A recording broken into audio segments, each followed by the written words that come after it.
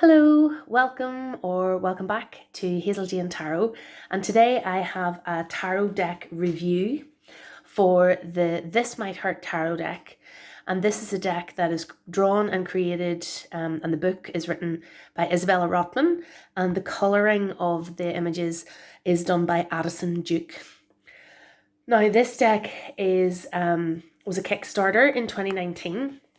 I didn't back the Kickstarter, but I bought it later on from Isabella Rottman's website, and you can see there inside the box, there's the website, thismighthurttarot.com.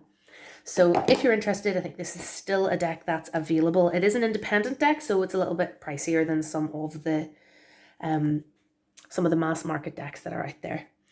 So basically, I'm not going to show you the entire deck today. I'm sure there's plenty of flip throughs on YouTube, but I'm going to show you some of my favorite features of this deck. This is one of my favorite tarot decks. I really love it. It ticks a lot of the boxes for me, in the sense of it being a Rider-Waite-Smith based deck, so it's based on that system. So the symbolism is very recognizable if you are used to reading with decks based on RWS. It's figurative, it's colourful, it's shows a diverse cast of characters, and it's quite modern. So those are a lot of the things that I love about a tarot deck. This deck is like that. So I'm going to show you a few of the major arcana that I really like. Love that High Priestess.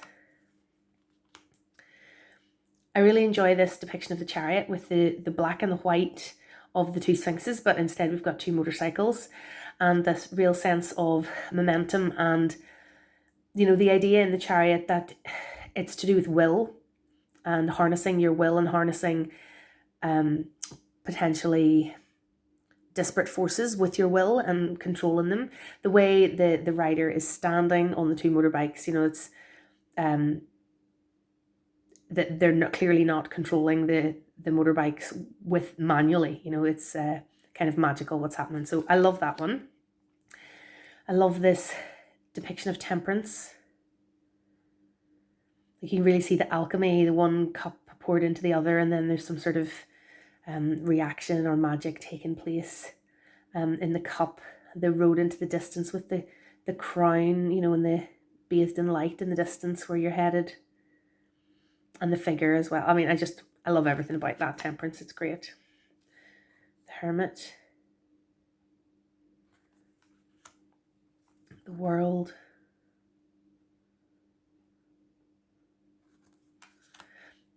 And this card, I know some people don't particularly like this Judgment card in this deck because it is very different from the rest of the cards. The rest of the cards all show reasonably sort of contemporary looking people, and here we have an ancient Egyptian god weighing the heart against the feather, but the image is just so gorgeous, and even the camera's not picking up here quite how lovely the teal color is in the background here.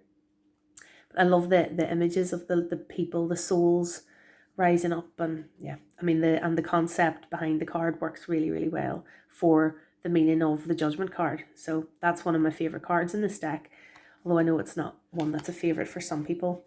But so that's some of my favorite major arcana, and I want to show you a little bit here how the minor arcana are so effective in this deck because of the way the color is used. So these are a few cards from the Suit of Wands.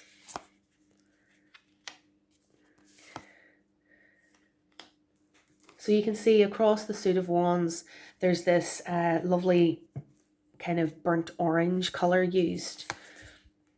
And then if we look at a few cards from the Suit of Pentacles,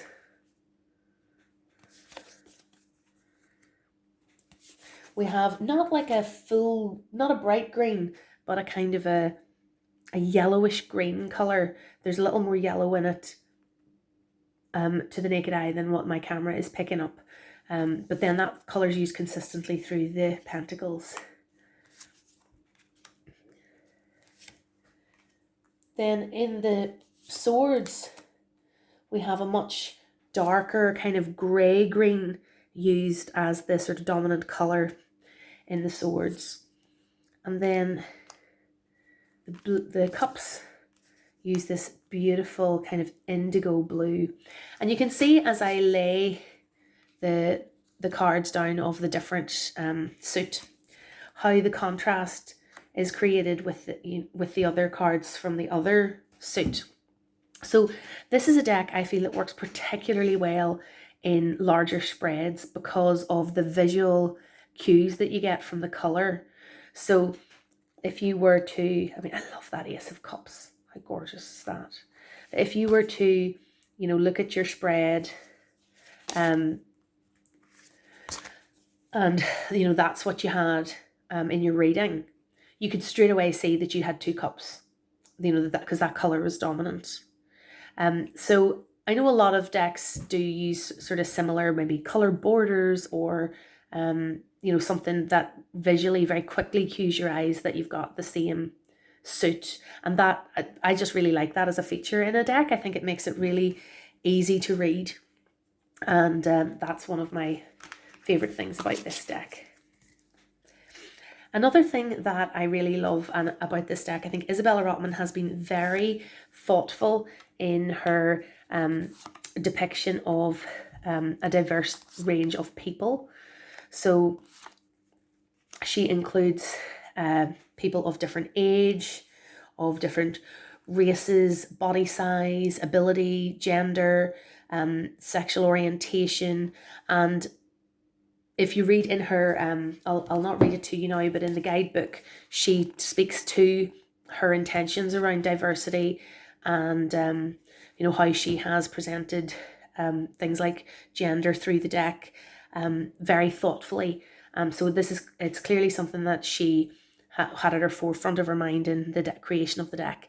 And it's something that makes it a lovely deck to work with because you see the world as it is and the full range of humanity. Or maybe, no deck can be completely representative of everyone. No deck is perfect in that regard, but there's a really good representation of the range of humanity in this deck, and I think that aspect of it works really well. It has a great guidebook, and I think this is a really good deck for a beginner. Unfortunately, unless this gets picked up as a mass market, and I don't understand why it hasn't been really, or maybe Isabella Rottman's not interested in publishing it in that way, but I guess as beginners are very unlikely to seek out and pay for an independently produced deck on their own. Like, they wouldn't know this deck maybe existed. But if you know someone who is looking to start with tarot and you were wanting to gift them a really good beginner deck, this is an excellent beginner deck. The way the book is written, like everything in this deck is really great, or in the book is really great. One of the things I really enjoyed is the subtitles she uses for the minor arcana. So as you can see, for each card you've got a page of information and a full page black and white drawing of so sort of that's the original drawing before it was coloured, I guess, for each card. So let me see. There was a couple of ones that I thought were particularly good that I wanted to share with you. So for the 4 of Cups, we have the too busy self-reflecting to take the down cup card, which I really like. And then the 5 of Cups is the sad boy crying over spilt cups card. And I mean, they're humorous, but they're also really effective and memorable, especially if you were just learning the tarot at the beginning, 7 of Swords, what you going to do with all those stolen swords? 5 of Pentacles, the dying alone in the cold card.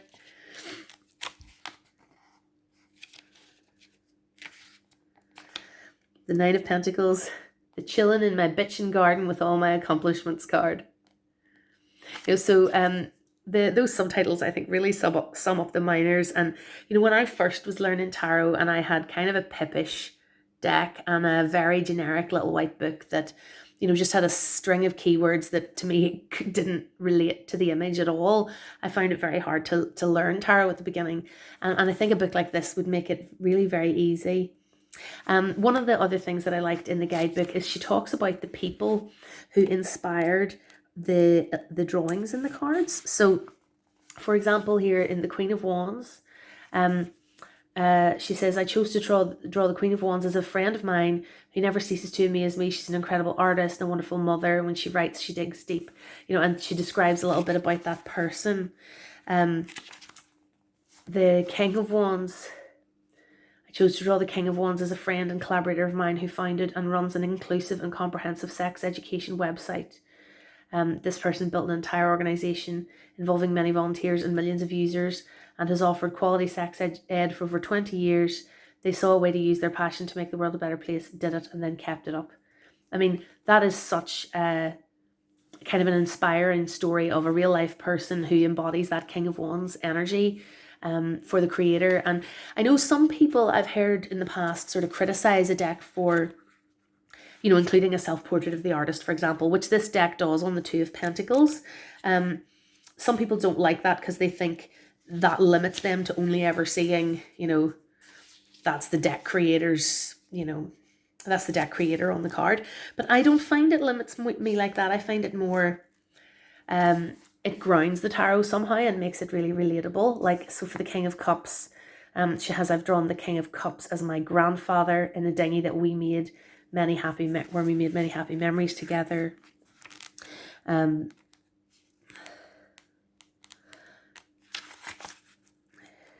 Knight of Pentacles, I'm just looking for. The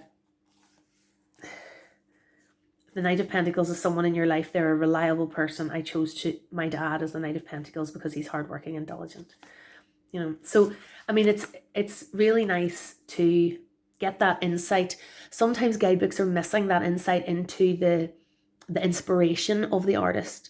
Like, why did you choose to draw that particular card in that way? And that's something that you do have in this guidebook. And the other thing that is fantastic that's in this that I haven't seen before in a guidebook is Isabella Rottman has included a bibliography of some of the tarot books that inspired or added to your tarot knowledge, and